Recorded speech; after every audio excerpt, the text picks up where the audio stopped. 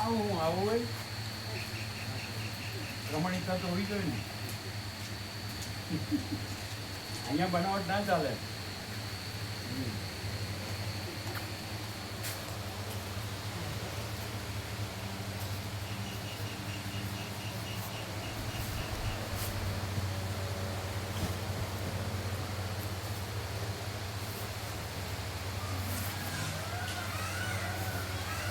નટુ પ્રભુ દરવાજો બંધ કરી આવજો બહારનો, એટલે પેલી બિલાડી જાય નહીં.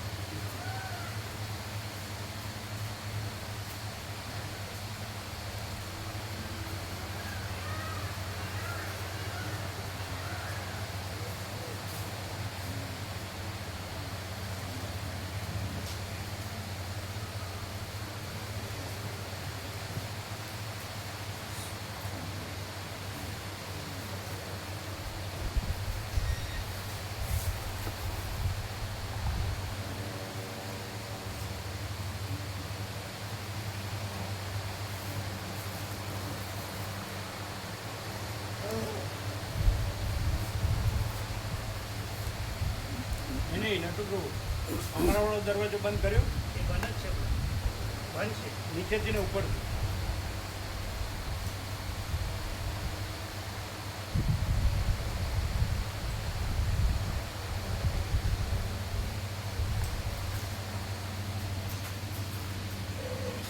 રમેશ પ્રભુ, લાઈટ અમારા ઉપર આવે છે. બધાના હાથમાં રમકડા આવી ગયા છે ને.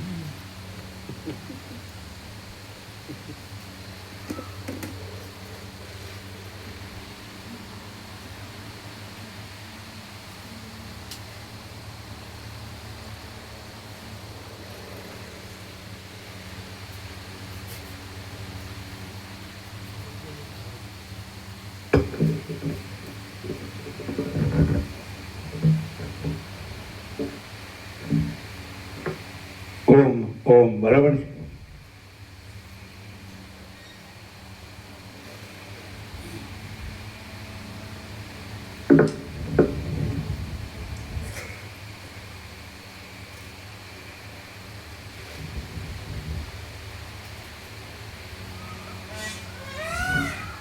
નાના હતા મોડ આવ્યા હતા બસ.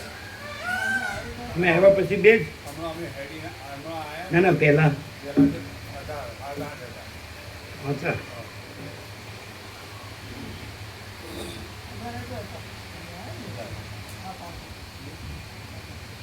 એટલે ચણતા હતા.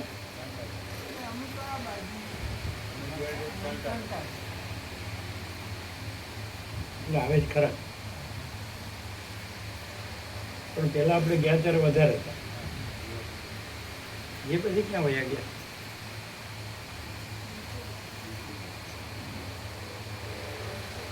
ઉપર નીચે બંધ કર્યું. બિલાડી ફરે છે ને એટલે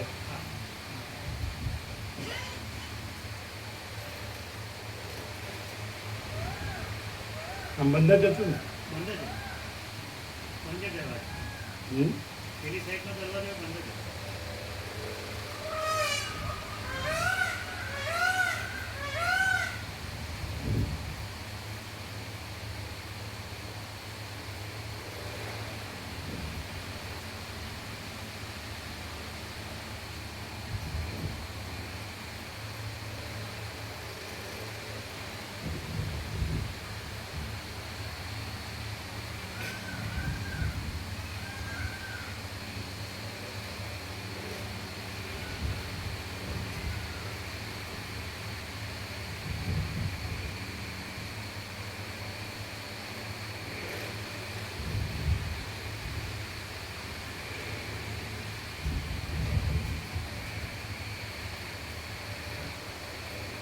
परम चिदाकाश,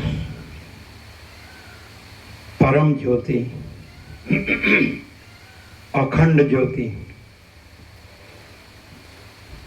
महाचिदाकाश, स्वयं प्रकाश, संपूर्ण प्रकाश, पूर्ण ब्रह्म, अनंत तेज घन, अनंत चित घन, परमाकाश केवल अनंत शुद्ध तेजघन परमाकाश अखिल आत्मा पूर्ण ब्रह्म परमात्मा परम चिदाकाश परम ज्योति अखंड ज्योति अनंत पूर्ण परम चिदाकाश परम शांति स्वयं सिद्ध स्वयं प्रकाश स्वयं पूर्ण स्वस्वरूप यही सब कुछ है, इसके सिवा कुछ नहीं है। शून्यभास अनंत कोटि महाकल्पो है ही नहीं। महाचिदाकाश स्वयं प्रकाश संपूर्ण प्रकाश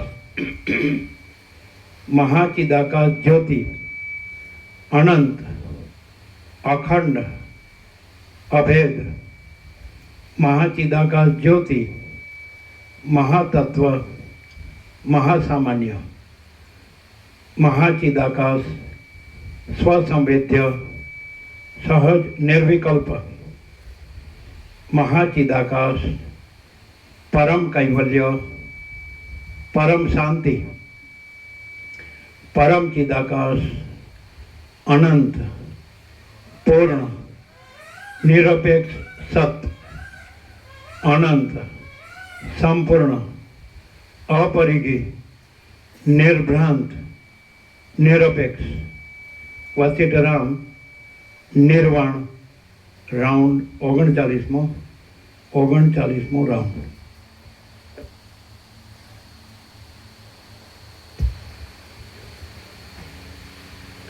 आद्य परब्रह्म सद्गुरु देव की जय। ओम श्री परमात्मने नमः। सद्ग्रंथों में शिरोमणि श्री योग वासिष्ठ महारामायण निर्वाण प्रकरण उत्तरार्ध पेज नंबर 1294 सर्ग 50मो पेज नंबर 1294 सर्ग 50मो। 7 प्रकारना जीवो आ 50मा सर्गमां वासनानी दृढ़ता शिथिलता ए आदि भेदोनी विचित्रताने लीधे कल्पायेला विचित्रताने लीधे कल्पायेला जीवोना 7 प्रकारना भेदो बताववामां आवशे जेथी बोध दृढ़ थाय।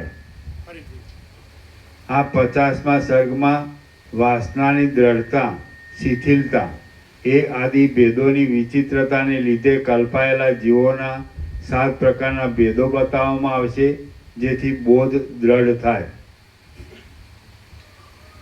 वशिष्ठ बोल्या 10 दिशाओं रहेला आ नर नाग देव पर्वत अथवा वृक्ष अने गंधर्व आदि नामवाळा जीवोना जे समूहो जोवामां आवे छे तेमां केटलाक स्वप्न जागर कहेवाय छे, केटलाक संकल्प जागर कहेवाय छे, केटलाक केवल जागर कहेवाय छे, केटलाक चीर जागर कहेवाय छे, केटलाक घन जागर कहेवाय छे, केटलाक जाग्रत स्वप्न कहेवाय छे अने केटलाक क्षीण जागर कहेवाय छे। ए रीते जीवो 7 प्रकारना छे।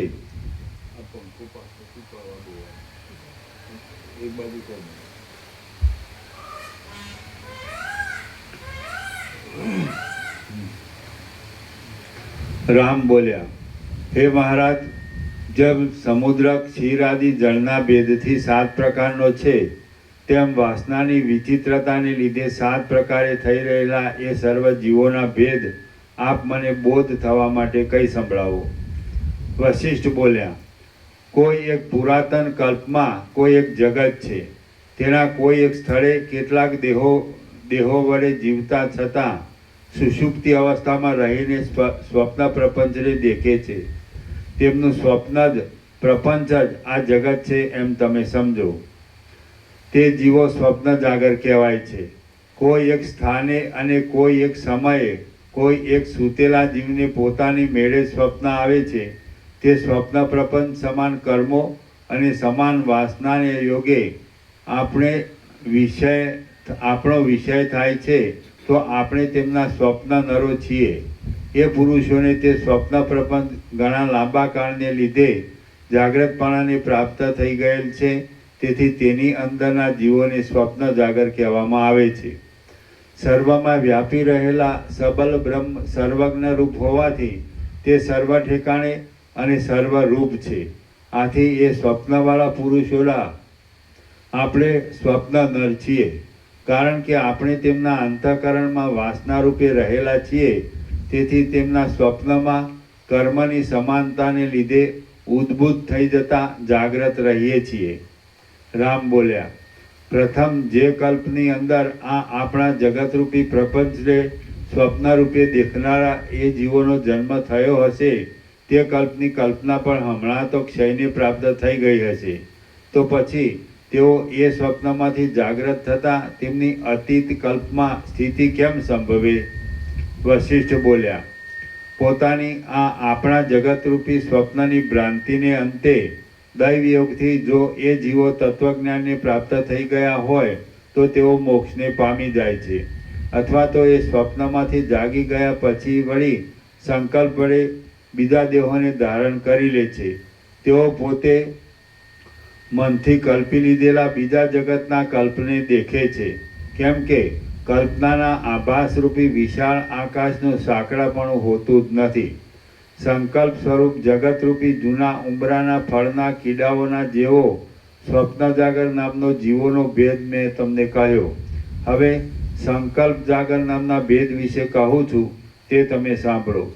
કોઈ એક પુરાતન કલ્પમાં, કોઈ એક જગતમાં, કોઈ એક સ્થળે જે પુરુષો નિદ્રા વિનાના છતાં અંદર કેવળ એક સંકલ્પમાં જ પરાયણ થઈ રહ્યા હોય, ધ્યાનને લીધે મનોમય શરીર વડે ગતિ કરવાવાળા હોય, મનોરાજ્યને અધીન રહી તેની પછવાડે ચાલનારા હોય, સંકલ્પની દ્રઢતાને પ્રાપ્ત થઈ જઈ પૂર્વ અવસ્થાના અનુસંધાનને ભૂલી ગયેલા હોય, સાંકલ્પિક પદાર્થોમાં જ ચિત્તવૃત્તિ દ્વારા તદાકાર થઈ જવાથી બહારની શારીરિક ચેષ્ટાઓથી રહિત થઈ ગયેલા હોય અને ઘણા લાંબા કાળને લીધે એ સંકલ્પમાં જેમણે જાગ્રતપણાના અભિમાનને ધારણ કર્યું હોય તે પુરુષો સંકલ્પ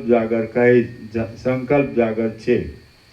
એ સંકલ્પની શાંતિ થઈ જતાં વળી તે જીવો તેના તે દેહમાં પ્રથમના વ્યવહારનો અથવા તો કોઈ બીજા જ વિલક્ષણ વ્યવહારનો આશ્રય કરે છે અને તેની દ્રષ્ટિમાં આપણે તેના સંકલ્પ પુરુષરૂપ થઈ રહ્યા છીએ. એ પુરુષોના સંકલ્પરૂપી જીવનની અંદર પ્રવિષ્ટ થઈ રહેલા અને સંકલ્પમાં જ પાછા લીન થઈ જનારા આપણે સર્વ લોકો અને જીવો તેમની દ્રષ્ટિમાં સંકલ્પ જાગર છીએ એમ કહી શકાય છે. હવે હું કેવલ જાગર નામના ભેદ વિશે કહું છું, તે તમે સાંભળો. સૃષ્ટિ કરવાના સંકલ્પથી વિસ્તરી રહેલા બ્રહ્મમાંથી કેવલ જાગર એમ જુદું ન પડાય. કેવલ જાગર એમ જુદું ન, કેવલ જાગર એનો અર્થ બદલાઈ જાય અને સમજાશે ને? તમને ખ્યાલ આવે? હું હવે તમને કેવલ જાગર એમ નહીં, કેવલ જાગર એ એક જ શબ્દ છે. હવે હું તમને કેવલ તો એ વિશેષણ થઈ જાય અને કેવલ જાગર એ નામ થાય. ખ્યાલ આવે છે? એને ખ્યાલ નહીં આવે. હું હવે તમને કેવલ એમ તે અટકાય નહીં, કેવલ જાગર નામના સમજવું મુશ્કેલ. હા, શું ખબર પડી?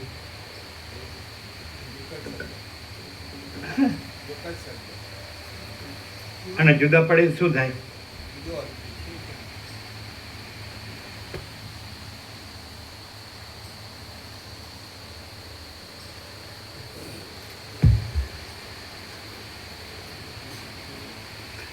હવે હું કેવલ જાગર નામના ભેદ વિશે કહું છું, તે તમે સાંભળો. સૃષ્ટિ કરવાના સંકલ્પથી વિસ્તરી રહેલા બ્રહ્મમાંથી આ કલ્પની અંદર પ્રથમ જ અવતરેલા જીવો કેવલ જાગર કહેવાય છે અને તેઓ પ્રથમ પોતાની ઉત્પત્તિ થવારૂપી સ્વપ્નથી રહિત હોય છે. એ જીવો ફરીવાર એક પછી એક જન્મ પરંપરાને પ્રાપ્ત થતા રહે છે તેમજ પ્રૌઢપણાને પામી જઈ જાગ્રત, સ્વપ્ન તથા સુષુપ્તિ એ ત્રણેય અવસ્થામાં ગતિ કરતા રહે છે અને તેઓ ચિરજાગર કહેવાય છે. પાછા તેના તે જીવો પાપના આવેશને લીધે જળ સ્થાવર ભાવને પ્રાપ્ત થાય છે. જાગ્રત દશામાં અજ્ઞાન વડે ઘટ્ટ થઈ રહે છે અને તેઓ ધન જાગર કહેવાય છે. ઘન જાગર.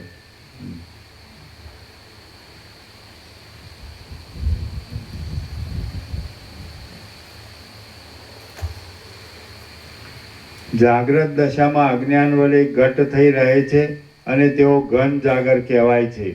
જે પુરુષો શાસ્ત્ર વિચાર અને સત્સંગતિ વડે અજ્ઞાન નિદ્રામાંથી જાગ્રત થઈ જઈ જ્ઞાનને પામે છે અને જાગ્રત અવસ્થાને એટલે જાગ્રત અવસ્થામાં દેખાતા દ્રશ્ય પ્રપંચને સ્વપ્નના જેવા દેખે છે તેઓ જાગ્રત સ્વપ્ન કહેવાય છે. જે પુરુષો શાસ્ત્ર વિચાર અને સત્સંગતિ વડે અજ્ઞાન નિદ્રામાંથી જાગ્રત થઈ જઈ જ્ઞાનને પામે છે અને જાગ્રત અવસ્થાને એટલે જાગ્રત અવસ્થામાં દેખાતા દ્રશ્ય પ્રપંચને સ્વપ્નના જેવા દેખે છે તેઓ જાગ્રત સ્વપ્ન કહેવાય છે. મામા પ્રભુ હરિજી. જે પુરુષો શાસ્ત્ર વિચાર અને સત્સંગતિ વડે અજ્ઞાન નિદ્રામાંથી જાગ્રત થઈ જઈ જ્ઞાનને પામે છે અને જાગ્રત અવસ્થાને એટલે જાગ્રત અવસ્થામાં દેખાતા દ્રશ્ય પ્રપંચને સ્વપ્નના જેવા દેખે છે તેઓ જાગ્રત સ્વપ્ન કહેવાય છે.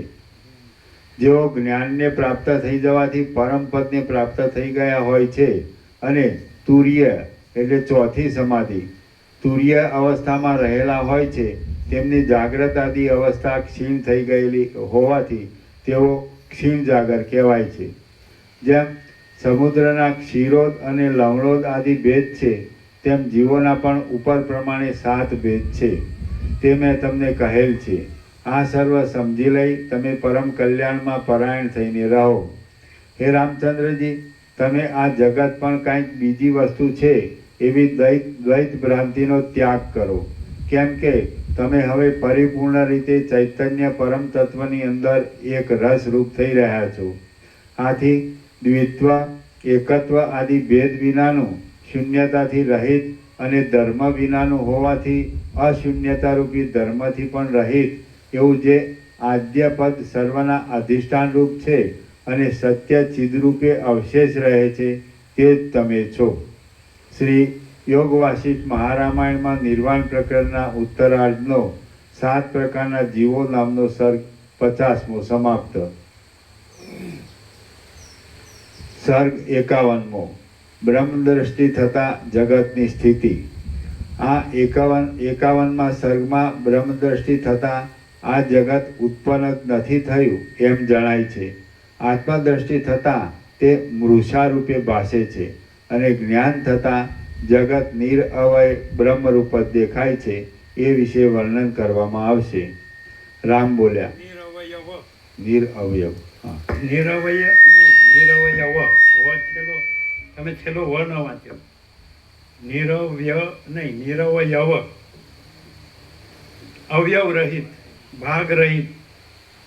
નિરવયવ એટલે અખંડ, અપરિચ્છિન્ન, જેમાં અવયવ નથી, જે એકરૂપ છે એને નિરવયવ કહેવાય. એટલે ભાગ નથી, એમ ભાગ નથી, પરિચ્છેદ નથી, ટુકડા નથી, ખંડ નથી, અખંડ, અપરિચ્છિન્ન, અભેદ, નિરવયવ.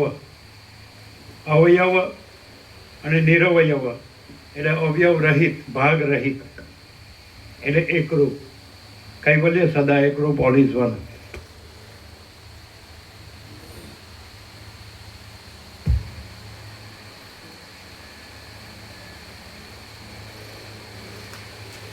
આ 51મા સર્ગમાં બ્રહ્મદ્રષ્ટિ થતાં આ જગત ઉત્પન્ન જ નથી થયું એમ જણાય છે.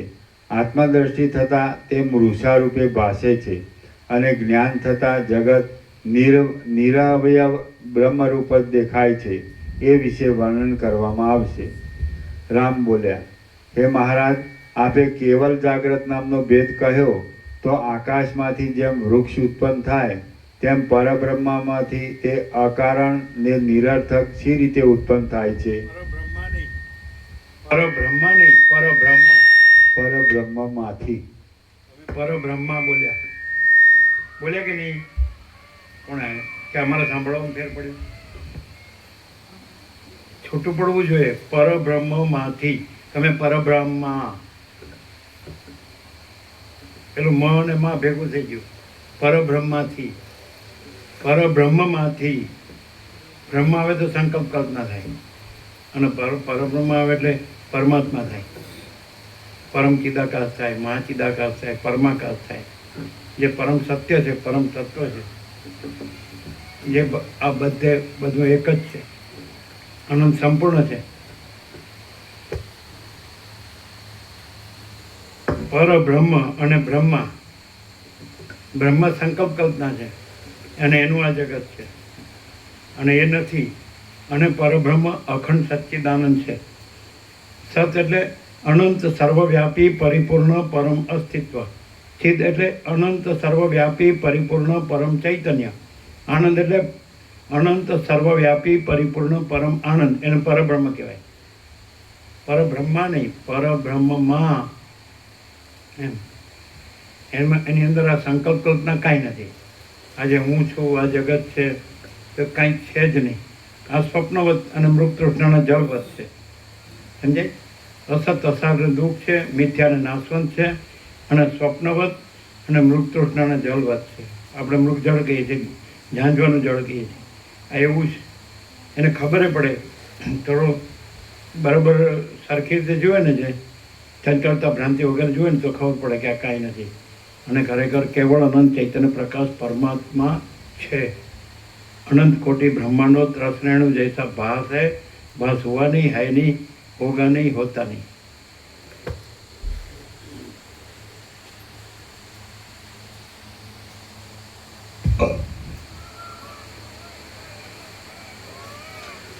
રામ બોલ્યા, હે મહારાજ, આપે કેવલ જાગ્રત નામનો ભેદ કહ્યો તો આકાશમાંથી જેમ વૃક્ષ ઉત્પન્ન થાય તેમ પરબ્રહ્મમાંથી તે અકારણ ને નિરર્થક શી રીતે ઉત્પન્ન થાય છે? વશિષ્ઠ બોલ્યા, હે મહાબુદ્ધિશાળી રામચંદ્રજી, કારણ વિના કશું કાર્ય સંભવતું જ નથી. કારણ વિના કશું કાર્ય સંભવતું જ નથી. માટે કેવલ જાગ્રત નામનો કોઈ પણ ભેદ કારણનો અભાવ હોવાથી અહીં સંભવતો નથી. જ્યારે કેવલ જાગ્રત નામના ભેદનો અસંભવ છે, ત્યાર પછી બીજા પણ સર્વ જીવોના ભેદો કારણના અભાવને લીધે પાયા વગરના થઈ જઈ જીવના અસ્તિત્વ માટે સંભવતા જ નથી. વસ્તુતઃ તો અહીં કશું ઉત્પન્ન પણ થયું નથી અને કશાનો નાશ પણ થતો નથી. નામ અને રૂપવાળા વિષયોની કલ્પના પણ અધિકારી પુરુષોને તે ઉપદેશનો ઉપદેશ આપવા માટે જ કરવામાં આવી છે. રામ બોલ્યા, શરીરોને કોણ ઉત્પન્ન કરે છે તથા મન બુદ્ધિ આદિમાં પ્રેરણા મૂકી સ્નેહ રાગ આદિ બંધનો વડે બાંધી દઈ કોણ પ્રાણીઓને મોહ ઉપજાવે છે? વશિષ્ઠ બોલ્યા, શરીરોને ઉત્પન્ન કરનાર પણ કોઈ નથી, તેમજ પ્રાણીઓમાં મોહ પેદા કરનાર પણ કોઈ નથી. પરંતુ જળ જેમ પોતાના સ્વરૂપની અંદર તરંગ આદિ રૂપે થઈ રહે છે, તેમ અનાદિ અને અનંત ચૈતન્ય આત્મા જ પોતાના શુદ્ધ સ્વરૂપની અંદર નાના પ્રકારના પદાર્થોને આકારે વિવર્ત ભાવે થઈને રહે છે. કોઈ પણ બાહ્ય વસ્તુ છે જ નહીં. પરંતુ જેમ કોઈ બીજમાંથી સુંદર મોટું વૃક્ષ ઉત્પન્ન થાય છે, તેમ આ સર્વ બાહ્ય દ્રષ્ટિ અંદર રહેલા ચિદાત્મામાંથી જ ઉત્પન્ન થઈ છે.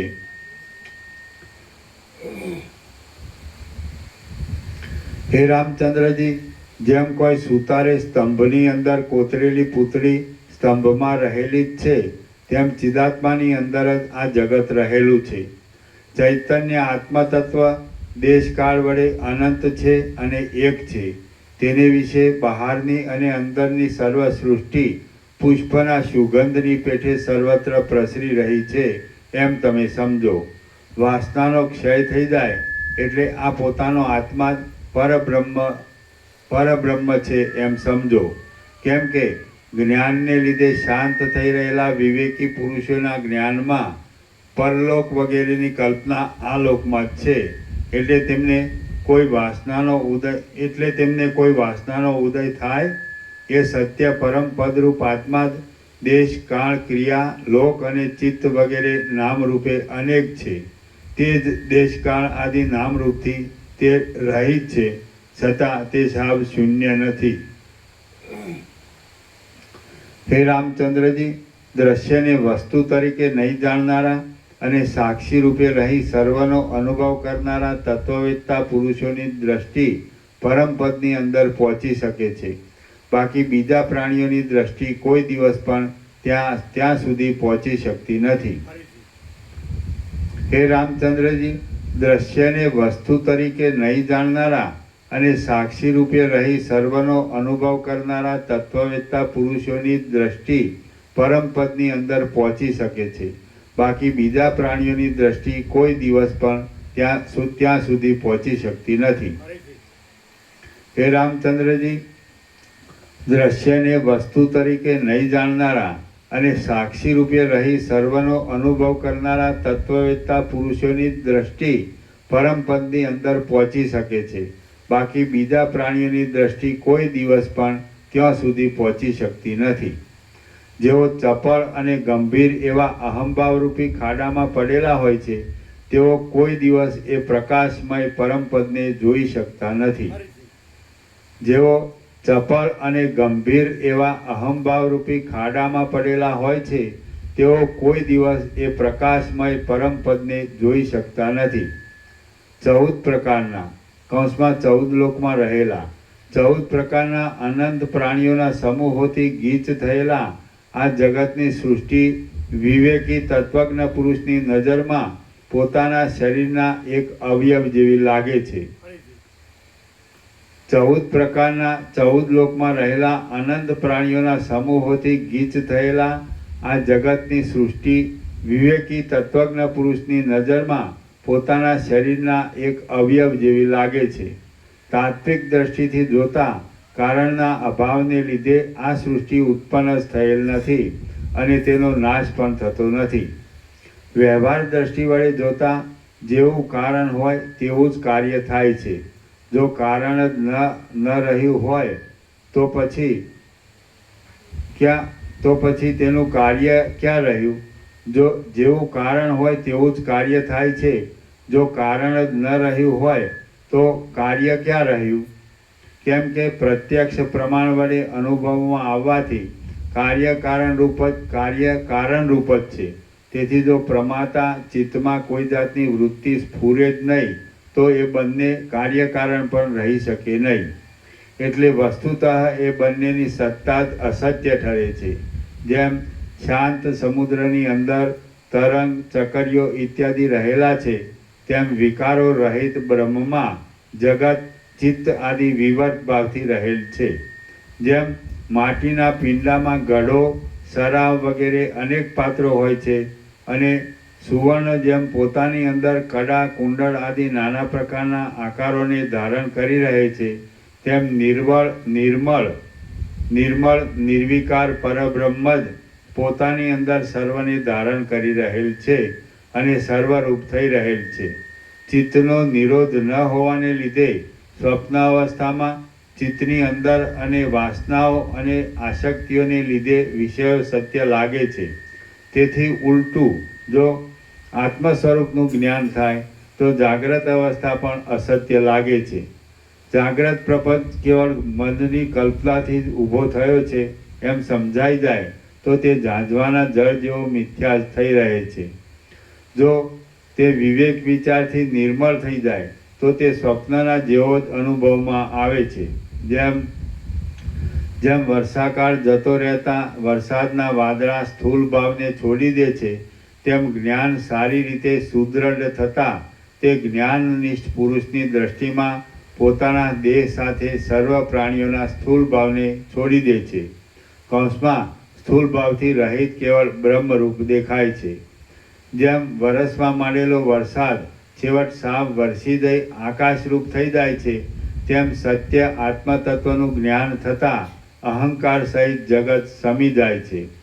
જ્ઞાન થતાં શરદ ઋતુના વાદળાની પેઠે ફિક્કો પડી ગયેલો, નિર્મળ થઈ ગયેલો અને ઝાંઝવાના જળની પેઠે સાવ મિથ્યા જણાયેલો દ્રશ્ય ભાવ ફરીવાર તેનું તત્વ શોધવા જતાં ગળી પડી ક્યાંય જતો રહે છે. જેમ બળતા અગ્નિમાં નાખેલું સોનું, કાષ્ઠ અને ઘી અગ્નિની અંદર ભસ્મરૂપ થઈ એક જ સ્વરૂપ બની જાય છે, તેમ તત્વનું અપરોક્ષ જ્ઞાન થતાં જગત, ચિત્ત વગેરે સર્વ એક ભાવ બની જાય છે. જેમ કોઈ ઘરના ખૂણામાં ભૂત ભરાયું છે એવું કોઈ બાળકને લાગે, પણ સત્ય સમજાતા તેની ભ્રાંતિ દૂર થઈ જાય છે. તે જ પ્રમાણે જ્ઞાનથી ખરી સમજણ આવે છે. એટલે આ ત્રણેય લોકના સંબંધમાં જે કંઈ તેનું સાકારપણું જણાય છે તે ક્રમે કરી ક્ષીણ બની જાય છે. જીવરૂપ સાક્ષી ચૈતન્ય અનંત અને નિરાકાર છે અને તેને પોતાના સ્વરૂપની અંદર વિના કારણે પોતાની મેળે જગત, ચિત્ત આદિની વિવર્ત રૂપે પ્રતીતિ થાય છે. તેમાં આકાર વગેરે ક્યાંથી જ હોય? જીવરૂપ સાક્ષી ચૈતન્યને પોતાના વાસ્તવ સ્વરૂપનું જ્ઞાન નહીં હોવાથી તેને જગત, ચિત્ત વગેરે સંસારનો પ્રપંચ દેખાય છે, પણ જ્ઞાન થતાં એ અજ્ઞાન આપોઆપ નાશ પામે છે. પછી તેમાં આકાર વગેરે ક્યાંથી જ હોય? જાગ્રત પ્રપંચ સ્વપ્નના જેવો અસત્ય છે એમ સમજવામાં આવે છે, એટલે તે પોતાના સ્થૂળ ભાવને, સાકારપણાને છોડી દે છે અને અગ્નિ વડે તપાવેલા સુવર્ણની પેઠે પરમ કોમળતાને પામે છે.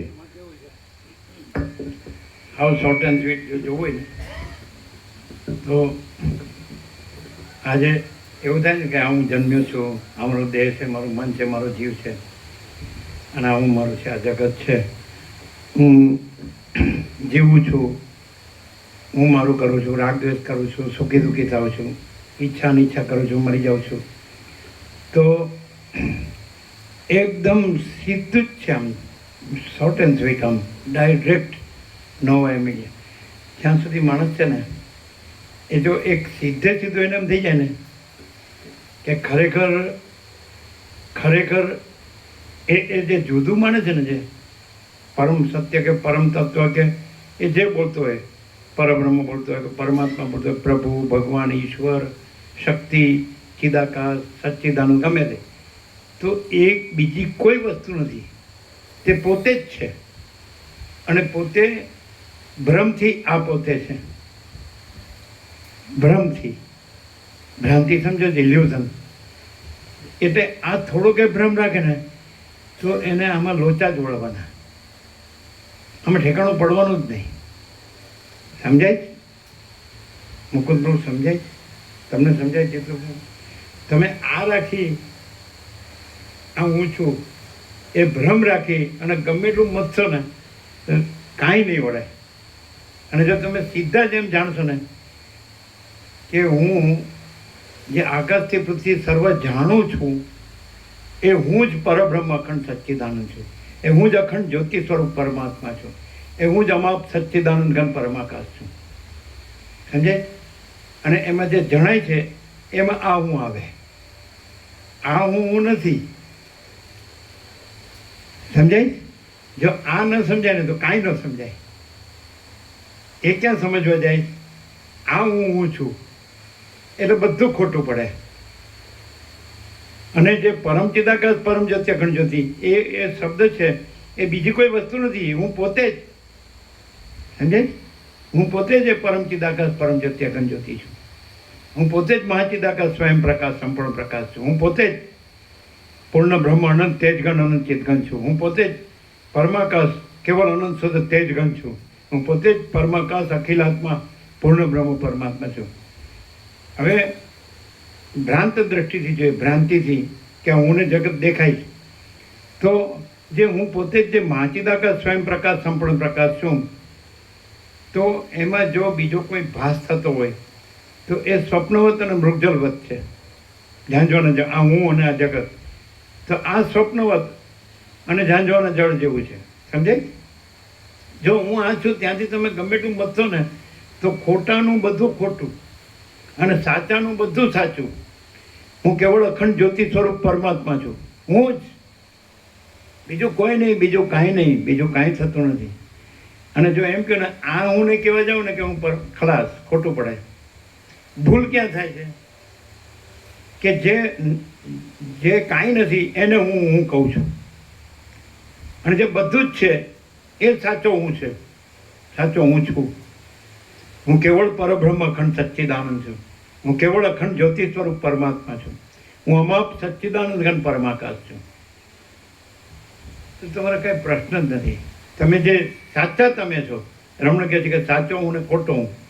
તો આ જે દેખાય છે એ કેવો છે? તો લીલાએ, સરસ્વતી લીલાને કીધું, પેલા પદ્મ મરી ગયો હતું, એને શોખ કર્યો હતો કે તો વિચાર કર કે હું કોણ છું ને જગત સંસારમાં શું છે. તો આ બધું અસત અસાર ને દુઃખ છે, મિથ્યા નાશવંત છે, અને સ્વપ્ન જેવું ને મૃત તૃષ્ણાના જળ જેવું છે. તમે જાણવાનો જળ કહો છે એટલે કાંઈ નથી. સમજે? હવે જે કાંઈ નથી, સમજાય, એમાં તમે શોધ્યા કરો છો એટલે જડતું નથી. ન હોય એમાં શું જડે? હું આને જાણનાર હું છું, આને જ નહીં. આકાશથી પૃથ્વી, અનંત સૂર્યો, અનંત બ્રહ્માંડો, અનંત સૃષ્ટિથી પ્રલય, અનંત નામરૂપ, અનંત વિવિધતા વિચિત્રતા, આ સર્વ આભાસ માત્ર છે, એપિયરન્સ. સમજાય? એમાં હું આવી ગયું. તમે ક્યાંથી કરો છો? અમે ક્યાંથી પ્રકાશીએ છીએ? સમજાય? હું કેવળ અખંડ જ્યોતિ સ્વરૂપ પરમાત્મા છું. અમે ત્યાંથી પ્રકાશીએ છીએ. હું કેવળ પરબ્રહ્મ અખંડ સચ્ચિદાનંદ છું. હું અમાપ સચ્ચિદાનંદ ઘન પરમાકાશ છું. આ પ્રાપ્ત કરવાનું નથી, છું જ. કાંઈ કરવાનું નથી, છું જ. કાંઈ મેળવવાનું નથી, જાણવાનું નથી, અનુભવવાનું નથી, છું જ. સમજાય? હવે તમે જો એમ કે હું આ છું, તો તમને એમ માનો કે હું સ્વપ્ન છું અને સ્વપ્ન પુરુષ છું અને મને સ્વપ્નનું દ્રશ્ય છે, તો તમને કોઈ જાગ્રત જડે જ નહીં. પણ હું જ જાગ્રત છું, હું સ્વપ્ન નથી, અને બીજું જાગ્રત નથી, અને બીજું સ્વપ્નય નથી. આમ સમજાય ખરું? કેમ લાગે કે સાંભળીએ છીએ? સમજાય? હવે આ હું ને જે હું છું, સાચો હું. સમજાય? સ્વયં મા ચિદાકાશ આખું એકલું પ્રકાશે છે. આખો અનંત એક જ મા ચૈતન્ય પ્રકાશ છે. હું જ, પોતે જ. સમજાય? એ જુદું બીજું નહીં. હું કેવળ અનંત સંપૂર્ણ મહાચિદાકાશ છું. હું કેવળ અનંત સંપૂર્ણ મહાચિદાકાશ છું. સમજાય? અને પછી બાકી આ સ્વપ્ન છે.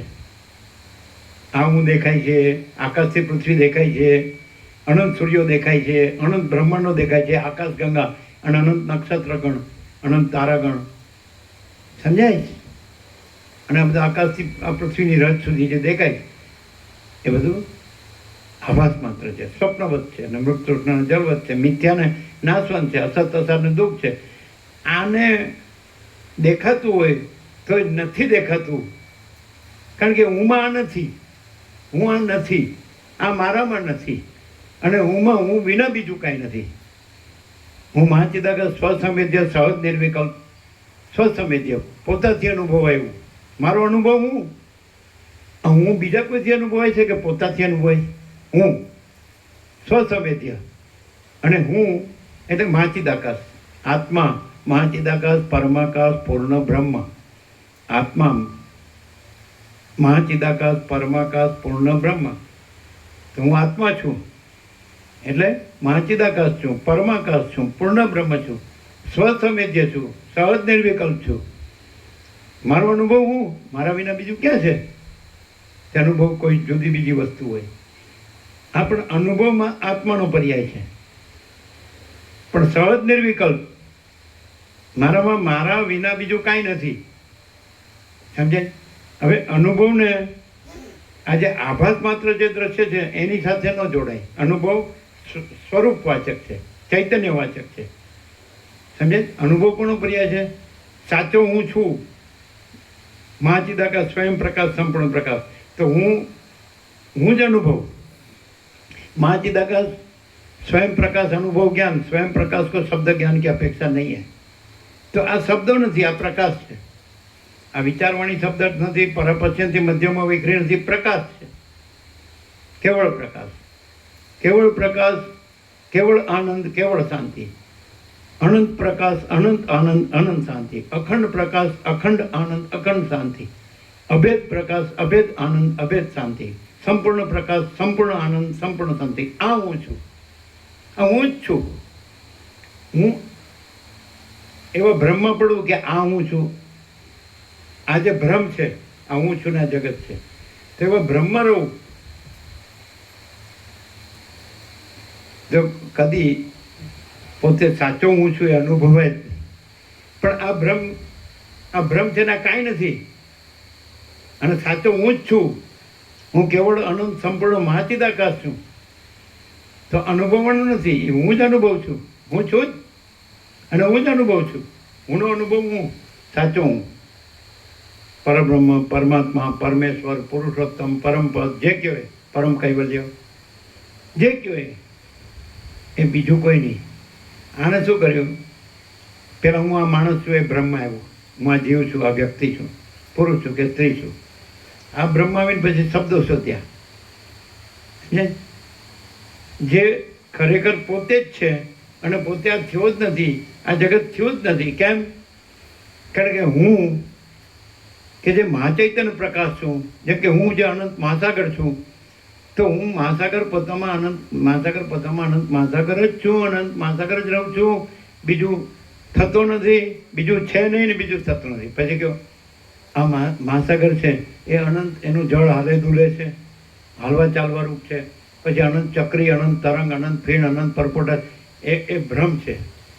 કારણ કે હાથમાં લ્યો તે અનંત નિરાકાર જ છે, અને એમાં કોઈ આકારનો ભ્રમ છે જ નહીં. અને આકારનો ભ્રમ છે એ કાંઈ નથી. કેવી રીતે? કે એ હોતો જ નથી.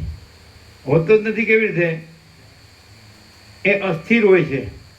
એ કેવી રીતે? એ પહેલાં નથી હોતો અને પછી એ અસ્થિર હોય છે, રહે છે ત્યારે, અને પછી રહેતો નથી. અને અનંત મહાસાગર સદાય છે. અનંત સંપૂર્ણ મહાચિદાકાશ મહાસાગર. હું પોતે અનંત સંપૂર્ણ મહાચિદાકાશ મહાસાગર છું. આ બધું શેમાં આવ્યું? આ હું અને આકાશથી પૃથ્વી, આ બધું શેમાં આવ્યું? આ સૃષ્ટિ ભ્રાંતિમાં આવ્યું. આ હાલવા દુલવાનું, મહાસાગરનું જળનું હાલવા દુલવાનું, પછી એમાં બધા આભાસ આકાર વિકાર ચક્રી તરંગ ફેણ પરપોટા, ઈશ્વર માયા જીવ જગત, તે બધું શેમાં આવ્યું? ભ્રાંતિમાં આવ્યું. આ નિરાકારમાં આકાર છે જ નહીં. આ બધા હવે નિરાકારમાં આકાર દેખાય, આ બધા આકાર છે. તો અનંત નિરાકાર પરબ્રહ્મ આકાશ પ્રકાશ, તેમાં કોઈ આકારનો ભ્રમ છે? આ આકારનો ભ્રમ છે. એ પહેલાંનું તો પછી નથી રહેતું. હોય ત્યારે ચંચળ જ રહે, એક ક્ષણ પણ સ્થિર નહીં. કોઈ પણ જંતુનું ચિત્ત એક ક્ષણ પણ સ્થિર રહેતું નથી. ચિત્તવૃત્તિ એક ક્ષણ પણ સ્થિર રહેતી નથી. એવું નથી. હું તો અનંત અખંડ અભેદ છું, ચિદાકાશ. હું ચિદાકાશ એક જ અદ્વિતીય અનાદિ અનંત છું. સમજાય છે? જે તમે સીધો જ હુંકાર કરો ને એમ કે હું કેવળ પરબ્રહ્મ અખંડ સચ્ચિદાનંદ છું, હું કેવળ અખંડ જ્યોતિ સ્વરૂપ પરમાત્મા છું, હું અમાપ સચ્ચિદાનંદ ગણ પરમાકાશ છું. આમ સિંહ છે, આમ ઘુર, આમ જો ગર્જના કરે તો પછી શિયાળવા ઊભા રહે, આ ભ્રાંતિના શિયાળવા. પણ પછી હું શિયાળ છું કે હું સત્તુ છું. ખોટો ભ્રમ રાખવાથી દુઃખી જ થવાય છે, અને સાચું સત્ય રહેવાથી પરમ પ્રકાશ, પરમ આનંદ, પરમ શાંતિ જો હૈ સો હૈ. છે કે નહીં? હવે તમે 1976 49 વર્ષથી આને જુઓ છો, તો કોઈથી ગેંગે ફેફે કર્યું? અને તત્વ ગેંગે ફેફે કર્યું? હા નામ સાહેબ, આમ ને સાહેબ. હું સાહેબ વળી? સાહેબ વાળો જેવું હોય તો શેઠ આમ ને શેઠ તેમ. શેઠ એટલે હું વળી? આ બધા હરતા ફરતા મળદા છે, 8-10 મણ લાકડાના ઘરાક, અને એમ કે હા મને ઓળખતો ને હવે શાંતમ પાપમ. બસ લાકડા ઉપર હોવાડ્યો હોય ત્યારે કહે છે કે હું આ છું, અમુક છું, તમુક છું, આઈ એમ ધીસ ને આઈ એમ ધેટ. આ બધું નકામો બધો બકવાસ છે, ખોટી ચંચળતા ભ્રાંતિ છે. સમજાય? અમને એમ લાગે છે કે પ્રકાશ જોવો એવો થતો નથી, ફૂલ એવું થાય કે અમે ઘેટા બકરા થઈ ગયા ને હવે હેના સિંહ થઈ જઈએ. અને સિંહ કદી ઘેટું બકરું થતો જ નથી. Lion, share. સમજાય? જો તમે જે થોડું પ્રશ્ન પૂછતા હતા ને એમાં એક કહેવાનું રહી ગયું સોલ્યુશન. અમારું એક અમે કીધેલું સતીશ પ્રભુને, અમે એવું કીધેલું કોઈના સેન્ટરને છેડવું નહીં. એ યાદ છે તમને? એ તમને ખૂબ કામ લાગે. સેન્ટર સમજો? જે કાંઈ નથી એવું જે હું છે ને, એટલે તમે એ જે કાંઈ નથી એની પાસે અપેક્ષા રાખો છો એટલે તમને શાંતિ નથી. પણ જો તમને થઈ જાય કે મારું સેન્ટર જ કાંઈ નથી અને કોઈનું સેન્ટર કાંઈ નથી અને આખું અનંત નિરાકાર પરબ્રહ્મ આકાશ, સમજાય કે નહીં? પ્રકાશ. તો કાંઈ નથી એવું સેન્ટર રાખવાથી પ્રશ્ન થાય. અને કોઈના સેન્ટરને ન છેડો તો પોતાનું સેન્ટર જ નથી, બીજું ક્યાંથી હોય? અને છેડો નહીં, છેડો નહીં, સમજો જ ને? કોઈના સેન્ટરને એટલે હું ને એને છેડો નહીં. એ ખાલી સામેથી કાંઈ પણ આવે આઘાતનો પ્રત્યાઘાત નહીં આપવાનો, આપણી અંદરથી હાથ જોડવાના. જય પ્રભુ. સમજાય? કોઈ દિવસ સમજાય? સામું જો તમે સામા થાવ ને તો તમે તમારી જ અશાંતિ કરો છો. અને તમે અંદરથી ખરેખર માચીદા કા સબ કુછ है, मैं कुछ नहीं है. તો એ ક્યું માચીદા કા? હું પોતે માચીદા કા સબ કુછ है અને ये मैं कुछ नहीं है. मैं कुछ नहीं એટલે સમજે? માચીદા કા જુદું છે ને સબ કુછ है એમ નહીં. અને હું આ છું ને હું આ નથી એવું નહીં. હું જ માચીદાકાશ છું અને હું આ નથી. નહીં? એટલે અત્યાર સુધી પ્રકાશ કરવામાં કંઈ બરોબર ગફલત રહી છે કે બરોબર થયો છે? આમ જ થાય છે ને. માચીદાકાશ સબકો છે, મેં કુછ નહીં એટલે હું આ છું અને હું કાંઈ નથી એમ નહીં. मैं ही माचीदाकाश सब कुछ है और ये मैं कुछ नहीं है और कोई मैं कुछ नहीं है. एपियरेंस का, आभास का, आज देखाव मात्र है ये कोई मैं कुछ नहीं है, ये मैं भी कुछ नहीं है. समझे? અને ત્યાં જ બધાનું સાચું મેં માચીદાકાશ છે, સબ કુછ है. જો સાચો જાગ્રત હોય તો એ માચીદાકાશ છે, પોતે જ માચીદાકાશ છે. અને ખોટા બ્રહ્મ હોય કે હું આ છું તો એ ખોટ, એ કાંઈ નથી. શું કહે? આપણને કેમ એમ લાગે કે હું કાંઈ નથી, એ બીજું કાંઈ નથી, સામે એ કાંઈ નથી પાસે કાંઈક અપેક્ષા રાખું છું. એટલે પણ હું કાંઈ નથી ને એ કાંઈ નથી. અને હું કાંઈ નથી એટલે માચીદાકાશ જ છું. અને એ કાંઈ નથી એ માચીદાકાશ છે. પછી દ્વૈત નથી. કંઈ હું આ એકનું માચીદાકાશ છે, બીજાનું માચીદાકાશ છે, એમાં ભાગભેદ નથી. એ તો અનંત અખંડ અભેદ છે. એક જ અદ્વિતીય અનંત અનંત છે ચિદાકાશ. એ હું છું. તો હું તો પૂર્ણ છું, અનંત. હું તો અનંત છું, એક જ છું, બધું એક જ છું. અનંત પ્રકાશ, અનંત આનંદ, અનંત શાંતિ. તો હું આ બીજો નથી અને બીજું બીજું નથી. તો હું આ બીજો અને આ બીજા પાસે મારે અપેક્ષા. સમજાય? આ ભ્રાંતિ કાઢી નાખો. કોઈના સેન્ટરને છેડો એટલે આ ઘર ને બહાર ને આ પોતે ને બીજાને, પોતાનું ને બીજાનું, આ ખોટા ઊનું છે. અને સાચો હું તો પોતે અનંત પૂર્ણ પરબ્રહ્મ છું. હું પોતે અનંત પૂર્ણ પરબ્રહ્મ છું. સ્વપ્રકાશ, સ્વયં સિદ્ધ, સ્વયં પ્રકાશ, સ્વયં પૂર્ણ, સ્વસ્વરૂપ. અવિદ્યા, વાસના, ચિત્ત, અહમ, જગત હૈ ही નહીં, છે જ નહીં. નથી ક્લિયર? હું તો છે કે નહીં? હું તો છે કે નહીં? તો હું બે છે, એક સાચો ને એક ખોટો. તો સાચો હું પરમાત્મા છે કે બીજું કાંઈ? પછી પરમાત્મા સિવાય બીજું કાંઈ છે? પછી એમાં ખોટો હું છે? ધારો કે હું જાગ્રત છું તો ત્યાં સ્વપ્નનો ભ્રમ થયો અને એ સ્વપ્ન ભ્રમનો સ્વપ્ન પુરુષનો ભ્રમ થયો, એના સ્વપ્ન સૃષ્ટિનો ભ્રમ થયો, તો એ હું છું કે હું જાગ્રત છું? તો હું પરમાત્મા છું કે હું આ છું અને પછી આ સ્વપ્ન પુરુષ છું, આ સંસાર સ્વપ્ન છે અને આ મારી સ્વપ્ન સૃષ્ટિ છે, આ હું છું? હું કેવળ અનંત ચૈતન્ય પ્રકાશ પરમાત્મા છું. શું કહે છે ને? ડાયરેક્ટ, નો વાય મીડિયા, 0-0, નો કોમ્પ્રોમાઇઝ. જો તમે એમ જુઓ કે તમે દેખાવ છો ને તમે બોલો છો તો ક્યાંથી બોલો છો? તમારી પાસે કાંઈ નથી, તમે સામાન્ય માણસ છો. આવો ને તમે, આવો ને. કેવા સામાન્ય છીએ હમણાં દેખાડીએ.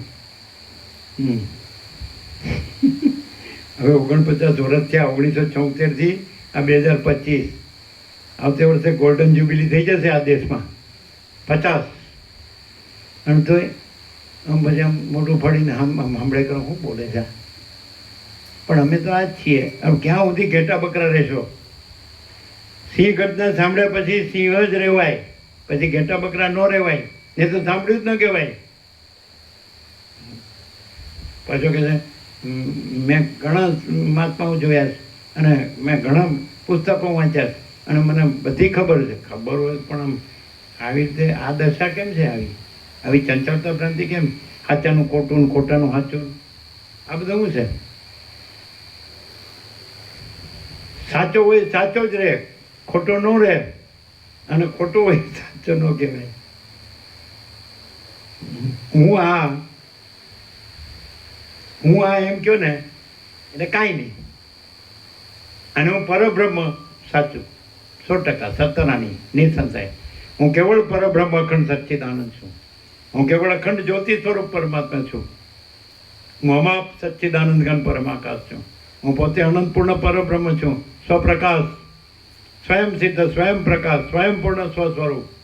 અવિદ્યા વાસના ચિત્ત અહમ જગત છે જ નહીં. બરોબર, સાચું છે કે નહીં? પછી ક્યાં સુધી બધું વાંચ્યા કરશો ને સાંભળ્યા કરશો ને બોલ્યા કરશો ને વાતો કર્યા કરશો ને? પછી અંદર કુછ બહાર કુછ, બોલના કુછ કરના કુછ. એમ કાંઈ થાય? સાચું એટલે સાચું. સૂર્યમાં કોઈ દિવસ રાત્રિનો અંધકાર સંભવે? તો આ તો અખંડ બ્રહ્મ સૂર્ય છે. એમાં કોઈ દી આ અજ્ઞાન અંધકાર સંભવે? એ અજ્ઞાન કહો કે ભ્રાંતિ કહો કે કલ્પના કહો કે મોહ, માયા કહો, મોહ કહો, પણ એ કાંઈ છે જ નહીં. આ શબ્દો બનાવ્યા એ જ ખોટું છે. એ પોતાને આ હું માન્યો છે એટલે બધું ઊંધું માર્યું. એણે આ હું ને સ્ટાન્ડર્ડ ગણ્યું. એટલે પણ હું જે છું એ સાચું, પણ સાચો હું છું, આ ખોટો હું નથી. તો કોઈ પ્રશ્ન નથી. પછી આ શાસ્ત્ર ને ગુરુ ને આ બધી જરૂર નથી. આ સમજાય? બોલો. બહુ સીધું છે, બહુ સીધું, સીધું એકદમ સીધું છે. જેને નથી મળ્યું એની વાત છોડી દો, પણ જેને મળ્યું છે તોય ભ્રમ રાખે તેને કોણ શાંતિ આપે? જે કાંઈ નથી એવું રાખો તમે તો તમને કેવી રીતે શાંતિ થાય? અને જે બધું જ છે એ રહ્યો તમે, એ છે જ, એમ છો જ, તમે પોતે જ છો, તો પરમ શાંતિ જ છે. ક્યાંય લેવા જવાની નથી, એક ફૂટી કોડીની જરૂર નથી, પરમ શાંતિ જ છે. પહેલા નંબરનો અરબોપતિ હશે તો એને આ પરમ શાંતિનો છાંટો નહીં હોય એની પાસે. હોય જગતગુરુને ન હોય, અને મોટા આઈક્યુ વાળો, મોટો ઇન્ટેલિજન્ટ કોશન્ટ વાળો વૈજ્ઞાનિક હોય, આઇન્સ્ટાઈન જેવો, એને ન હોય. અને કોઈ બહુ ધનાઢ્ય દેશનો, જેને મહાસત્તા કહેતા હોય ને, બહુ અસ્ત્રશસ્ત્રવાળા દેશનો પ્રેસિડેન્ટ હોય તો એને ન હોય. હોય એને તમને આમ જુઓ ને તો આમ ફરી ગયેલું હોય ને એમનું, એવું નથી લાગતું? શું કેવું? ફરતું એટલે ચકડોળ કરતા ફાસ્ટ. ચકડોળ તો ધીમું ફરતું હોય, એનું એવું ફાસ્ટ ફરતો ને કે પછડાઈને મરી જાય, પછી પડીને ધપ થઈને. પછી બેલેન્સ ન રાખીએ કે બહુ ફરતું હોય બેલેન્સ ન રહે. માણસ થોડી કે ચંચળતા ભ્રાંતિ ન રાખે તો એ પરમાત્મા છે. અને માણસ થોડી કઈ ચંચળતા ભ્રાંતિ રાખે તો નક્કમ. આ સંસાર શેમાં દેખાય છે ખબર? પરમાત્મામાં નથી દેખાતો. પ્રકાશમાં કોઈ દી અંધકાર ન દેખાય, સમજાય? પણ એ ચંચળતા ભ્રાંતિ છે એમાં આ સંસાર દેખાય છે. અને જે નિશ્ચલ છે, રમણ કે છે કે be still and you are God. નિશ્ચલ રહો, તમે પરમાત્મા છો. જેનામાં કોઈ ચંચળતા ભ્રાંતિ નથી એ પરમાત્મા જ છે. કારણ કે ચંચળતા ભ્રાંતિ નથી એટલે સંસાર નથી. કોઈ કહે કે ભાઈ તમારે સંસાર નથી, ચંચળતા ભ્રાંતિ નથી. કેમ ભાઈ અમારે સંસાર છે? ચંચળતા ભ્રાંતિ છે. સંસાર શેમાં છે? પરમાત્મામાં નથી, ચંચળતા ભ્રાંતિમાં છે. પરમાત્મામાં ચંચળતા ભ્રાંતિ નથી તો નિશ્ચળ છે. પરમાકાશ, નિરંજન, નિરાકાર, નિર્વિકાર, એમાં ક્યાં છે? એમાં સંસાર ક્યાંથી હોય?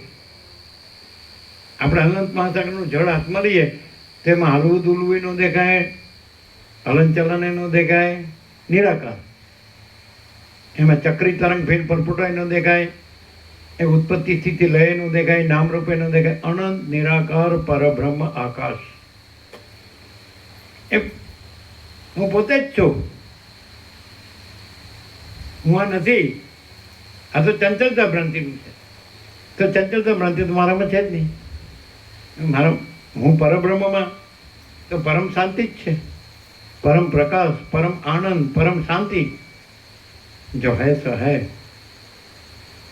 જો મારે પરબ્રહ્મ બીજું હોય ને શોધવાનું હોય તો હું ન સ્વીકારું. અને જો હું જ પરબ્રહ્મ છું તો મારે પરબ્રહ્મ બીજું છે અને પામવાનું છે એ હું ન સ્વીકારું. સાંભળ્યું કે ઉપરથી વયું ગયું વ્હાઇટ બોર્ડ? જો મારાથી પરબ્રહ્મ બીજું છે ને પામવાનું છે, હું એ ન સ્વીકારું કદી. અને હું જ પરબ્રહ્મ છું તો બીજું પરબ્રહ્મ છે ને પામવાનું છે એ પણ કદી ન સ્વીકારું. શું કહે છે? સાચું નથી? પછી તમે નીચે આવી જાઓ ને પછી બ્રહ્મ આવી જાવ ને પછી તમે આ છો ને તમે બોલો છો ને હું આ છું, હું બેઠો બેઠો સાંભળું છું ને બસ પછી ઊભો થઈને ખંખેરી નાખીશ ને. હા, ના ચાલે. મરી ગયા સુધી કેટલા જન્મ આવું કરશો?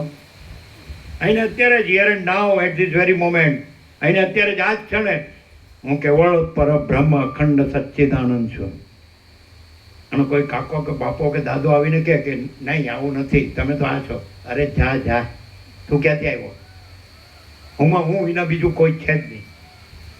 હુવા નહીં, હાય નહીં, હોગા નહીં, હોતા નહીં. શું કહો? આવે તો ખરો. તમે આ સૃષ્ટિ નહોતી થઈ ભ્રાંતિ, અને પછી ભ્રાંતિ થઈ અને પહેલો માણસ થયો અને એ ભ્રાંતિનો પ્રલય ને મહાપ્રલય થઈ જાય છેલ્લો માણસ થાય ત્યાં સુધીનો કોઈ પણ સિદ્ધ કે મહાસિદ્ધ હોય એ આવીને કે હું જ છું તું નથી, તો અમે કે હું જ છું તું નથી. બોલો શું કહો? તમને એમ થાય ચાલો અહંકાર જબરો છો. અને પરબ્રહ્મને અહંકાર ન કહેવાય અને દેહ છે એને હું ન કહેવાય. અહંકાર કોને કહેવાય?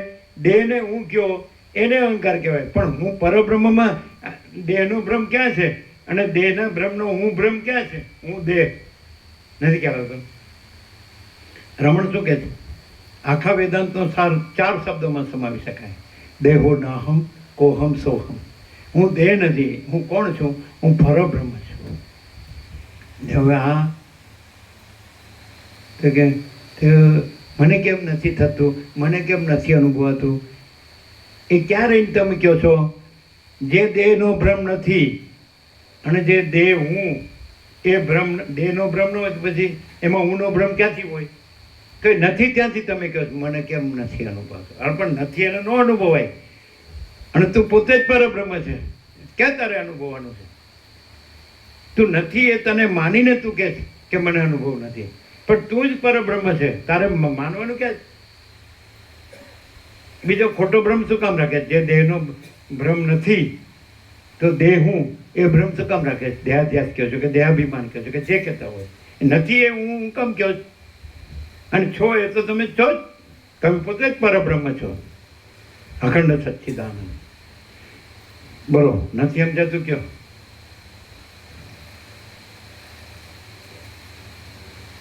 યા. શું મામા પ્રભુ? મામા પ્રભુ કે હવે હું કરું? કાંઈ કરવાનું નથી. રમણને કહ્યું પૂછે કે પછી આ બધું શું છે? એ તો એના શબ્દો કે છે ઓટોમેટિક. અમે ઓટોમેટિક નથી કહેતા. અમે તો એમ કહે કે ભાઈ હું પરબ્રહ્મમાં, હું પરબ્રહ્મ જ છું. અનંત નિરાકાર પરબ્રહ્મ, આકાશ પ્રકાશ. એમાં બીજું કાંઈ નથી, બીજું કાંઈ થતું નથી. શેનું બીજું વળી પૂછનારું ક્યાંથી આવ્યો? હા લો, કઈ વાડીનો મૂળો? હવે અહંકારીઓ ને અજ્ઞાની એક કરે હો પાછું. જો આપણે એમ કહે ને કે ભાઈ હું જ પરબ્રહ્મ છું, તો જો બોલો, બે ચોપડી ફાડી, બે પૈસા મળ્યા, બે વાત બોલતા આવડી ગઈ, માચી દાગત ક્યાંય છે કે ત્યાં છે, લ્યો બે ચોપડી ફાડી, બે પૈસા મળ્યા, બે વાત બોલતા આવડી ગઈ. અને પણ એસી કે શું કામ? હું પોતે અનંતપૂર્ણ પરબ્રહ્મ છું, સ્વપ્રકાશ. એમાં આ હું અને એનું આ બધું લપ્પન છપ્પન છે જ નહીં. ચોપડી ફાડી, પૈસા મળ્યા, બોલતા આવડું, એસી કે તઈ છે ને કાંઈ છે જ નહીં. હું પોતે અનંતપૂર્ણ પરબ્રહ્મ છું, સ્વપ્રકાશ. ક્લિયર થાય? આમાં કેટલું બાકી?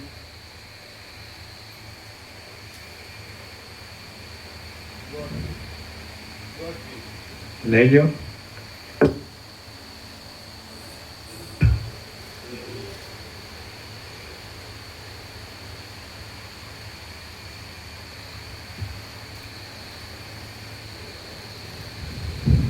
જાગ્રત પ્રપંચ સ્વપ્નના જેવો અસત્ય છે એમ સમજવામાં આવે છે, એટલે તે પોતાના સ્થૂળ ભાવને, સાકારપણાને છોડી દે છે અને અગ્નિ વડે તપાવેલા સુવર્ણની પેઠે પરમ કોમળતાને પામે છે. જેમ સુવર્ણ પોતાના સુવર્ણ ભાવને છોડ્યા વિના કડા, કુંડળ આદિરૂપ થઈ રહે છે, તેમ ચિદાત્મા પોતે પોતાના સ્વરૂપમાં રહ્યા છતાં દેશ કાળ વિના જાગ્રત પ્રપંચ અને સ્વપ્ન પ્રપંચને રચી લે છે અને કેમ જાણે પોતે જ સાકાર સ્વરૂપ બન્યો હોય એમ દેખાય છે. આમ વિવેક જ્ઞાન પ્રગટ થતાં જાગ્રત પ્રપંચ સ્વપ્નના જેવો તુચ્છ અને મિથ્યા જણાય છે. એટલે જેમ શરદ ઋતુ ચાલી જતા જળનો પ્રવાહ હલકો અને શાંત પડી જાય છે, તેમ જ્ઞાનને લીધે વિષય ભોગ સંબંધી રાગ હલકો અને શાંત પડી જાય છે. અતિ તુચ્છતાને પામેલી દ્રશ્ય સંબંધી શોભા ભલે પોતાની આંખ આગળ ઊભી હોય તો પણ વિવેકી પુરુષને જાગી ગયા પછી વિચાર કરતા સ્વપ્નના પદાર્થો તરફ રુચિ નથી થતી, તેમ તેને એ દ્રશ્ય તરફ પણ રુચિ જ થતી નથી. પોતાના આત્માની અંદર શાંતિ મેળવવી એ ક્યાં, અને આ ક્ષુદ્ર વિષયોમાં લોભાવવું એ ક્યાં? પોતાના આત્માની અંદર શાંતિ મેળવવી એ ક્યાં અને મળવી એ ક્યાં? પોતાના આત્માની અંદર શાંતિ મળવી એ ક્યાં અને આ ક્ષુદ્ર વિષયોમાં લોભાવવું એ ક્યાં? જો જ્ઞાની પુરુષોને પણ વિષયોમાં રુચિ થવી સંભવે તો સુષુપ્તિ અવસ્થાની અને જાગ્રત અવસ્થાની પણ એકતા સંભવે અને મૂળ પુરુષો તથા તત્વજ્ઞ પુરુષનું પણ ઐક્ય સંભવે. આ જગત કેવળ મનોમય છે, ભ્રાંતિરૂપ છે અને તેનું સ્વરૂપ સ્વપ્નના જેવું સાવ મિથ્યા છે. આવો નિશ્ચય થઈ ગયા પછી આ જગતની અંદર રહેલી માળા, ચંદન અને વનિતા આદિ પદાર્થોમાં મનાયેલી સત્ય બુદ્ધિ દૂર થઈ જાય છે. હે મહાબુદ્ધિશાળી રામચંદ્રજી, જાજવાના જળ જેવા અને અસત્ય એવા દ્રશ્ય પદાર્થો ભલે સામે ઊભા હોય તો પણ તે કયા વિવેકી પુરુષને રુચિ ઉત્પન્ન કરે? જગત વિશેથી સત્યપણાની બુદ્ધિ દૂર થઈ જાય છે, એટલે શાંત બુદ્ધિવાળો વિવેકી પુરુષ એ જગતને જાળિયામાંથી પડતા દીવાના કિરણો જેવું કાંતિમાન તથા ચિદાકાશની પેઠે નિરાકાર જુએ છે. જાગ્રત પ્રપંચ કેવળ પોતાની જાગ્રત પ્રપંચ કેવળ ચિત્તની ભ્રાંતિ રૂપ જ છે એમ જ્ઞાન વડે સમજાઈ જાય છે. એટલે પછી તેને માળા, ચંદન અને વનિતા આદિ પદાર્થોમાં રુચિ પેદા કરનારી ચિત્તની ભ્રાંતિરૂપ ભાવના પણ નાશ પામે છે. એકવાર અમુક વસ્તુ મિથ્યા છે એવું સમજાઈ જાય છે, પછી તેની ઉપાદેય બુદ્ધિ ક્યાંથી જ રહે? જાગ્યા પછી સ્વપ્નનું જ્ઞાન થાય એટલે સ્વપ્નમાં જોયેલા સુવર્ણને લેવાની કોણ દોડધામ કરે? જેમ સ્વપ્નને સ્વપ્નરૂપ જાણ્યા પછી તે સ્વપ્નમાં દીઠેલા પદાર્થો સંબંધી આસક્તિ દૂર થાય છે, તેમ દ્રશ્યનું પણ વાસ્તવ સ્વરૂપ જાણવામાં આવે એટલે દ્રશ્ય પદાર્થ સંબંધી આસક્તિ દૂર થાય છે. ત્યારે દ્રષ્ટા તથા દ્રશ્ય સંબંધી દશાને લીધે ઉત્પન્ન થતા રાગ, દ્વેષ આદિ દોષોરૂપી ગ્રંથિ પણ છેદાઈ જાય છે. જ્ઞાન થવાથી જેની બુદ્ધિ શાંત થઈ છે તેવો વિવેકી પુરુષ બંધુ આદિમાં આસક્તિ વિનાનો થઈ જાય છે. તેના સંકલ્પ શાંત પડી જાય છે, તે અહંકારથી રહિત થાય છે અને વિષયો વિશે નિષ્પૃહ બને છે.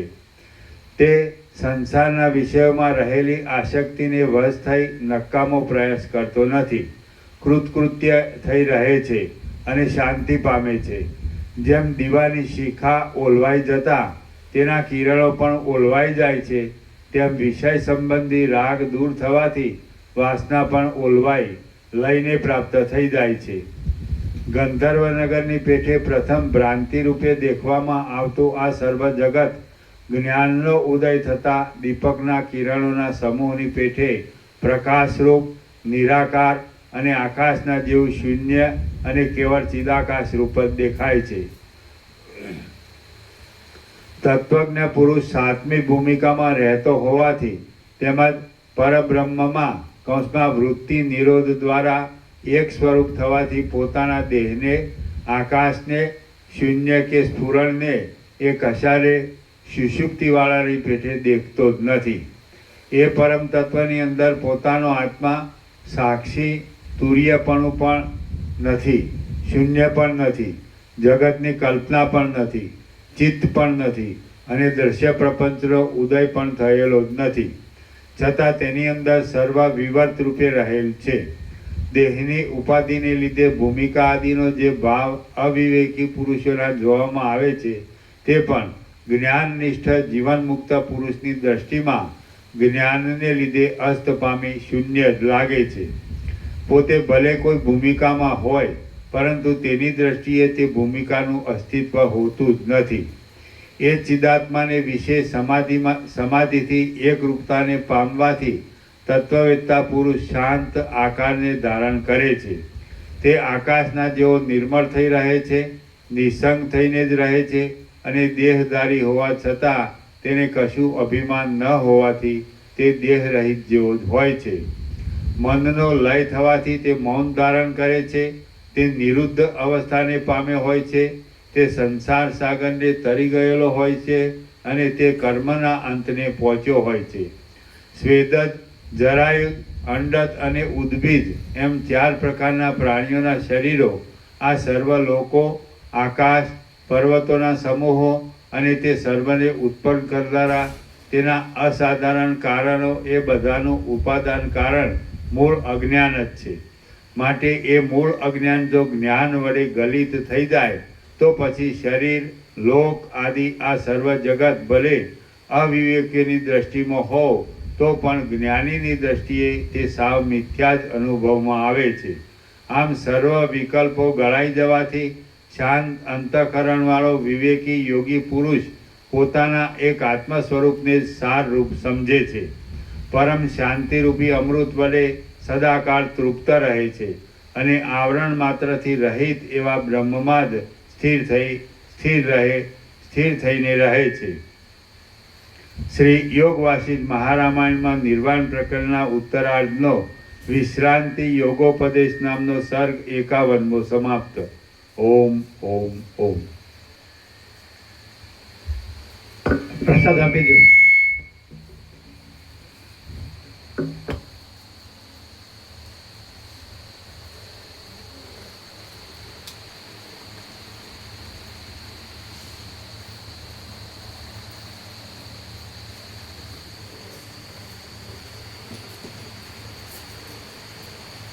હવે નટુ પ્રભુ અમારો આવો ટાઈમ થઈ ગયો હોય ત્યારે ન આવે અને બીજું આવું બનાવટી ન લાવે આમ બે ઉપર ફૂલ ફરવો જોઈએ બે ઉપર શરીરની વિવેક તો જોઈએ પડે. હા શરીરની વિવેક તો જોઈએ પડે. એ ગમે છે એ આપણે આમાં બાનાબાજી ન ચાલે જે થવું જોઈએ એ થવું જોઈએ એટલે બે ઉપર પણ ફૂલ ચાલવું જોઈએ આ શું કર્યું એને બનતો હતો આપો બધું હા એટલે સાંભળો આપી દો હા સાંભળો પછી અમારે ટાઈમ થઈ ગયો ત્યારે જ આવવાનું એ બરાબર નથી અમે હોઈએ ત્યારે કેમ ના આવો નહીં સમજાવું એટલે અમે જોઈએ ને કહીએ ને પછી તમે એમના પેલું ફૂલ ફાટ કરીને વયા જાઓ પછી અમે બે ઉપર જોઈએ તો બંધ હોય એટલે એ બધી ચાલાકી ન ચાલે સમજે આમાં સાચા રહેવું પડે બનાવટ ન ચાલે એ વિવેક પ્રભુ હોય કે ઇલેક્ટ્રિશિયન પ્રભુ હોય કે XYZ ગમે તે હોય શું કહેવાય